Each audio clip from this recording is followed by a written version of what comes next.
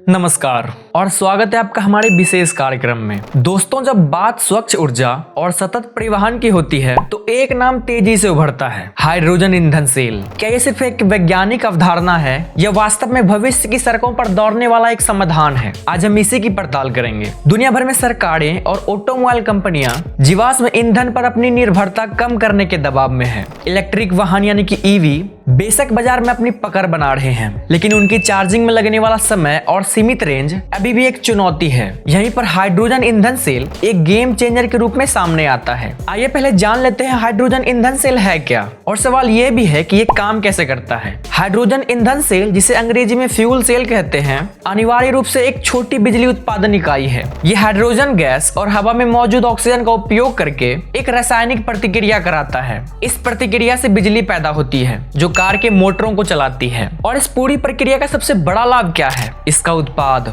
ये सिर्फ और सिर्फ पानी की भाप छोड़ता है, यानी कि शून्य प्रदूषण या जीरो एमिशन। हाइड्रोजन को अक्सर बैटरी, इलेक्ट्रिक वाहनों के पूरक या प्रतिद्वंद्वी के रूप में देखा जाता है। दोनों ही साफ सुथरे हैं, लेकिन उनके अपने अपने फायदे हैं। पहला फायदा है रिफ्यूलिंग, यानी कि ईंधन भरना। हाइड्रोजन कारें सिर्फ 3 से 5 मिनट में पूरी रिफिल हो जाती है, जो पेट्रोल या डीजल भरने के समय के बराबर है। वहीं बैटरी इलेक्ट्रिक कारों को चार्ज करने में अक्सर घंटों लग जाते हैं। दूसरा है रेंज, यानी कि दूरी। हाइड्रोजन वाहन एक बार भरने पर लंबी दूरी तय कर सकते हैं, जो उन्हें भारी ट्रकों, बसों और समुद्री जहाजों के लिए एक आदर्श विकल्प बनाता है, जहां बैटरी बहुत भारी और अव्यवहारित हो जाती है। लेकिन इस तकनीक की राह में कुछ चुनौतियां भी हैं। पहला है बुनियादी ढांचे। हाइड्रोजन रिफ्यूलिंग स्टेशनों की संख्या अभी बहुत कम है। इस नेटवर्क को विकसित करने में भारी निवेश की आवश्यकता है। दूसरा है उत्पादन की लागत। ग्रीन हाइड्रोजन, यानी कि नवीकरणीय ऊर्जा से उत्पादित हाइड्रोजन को बनाना अभी भी बहुत महंगा है। हालांकि तकनीकी प्रगति के साथ इसकी लागत लगातार कम हो रही है। तीसरा है सुरक्षा।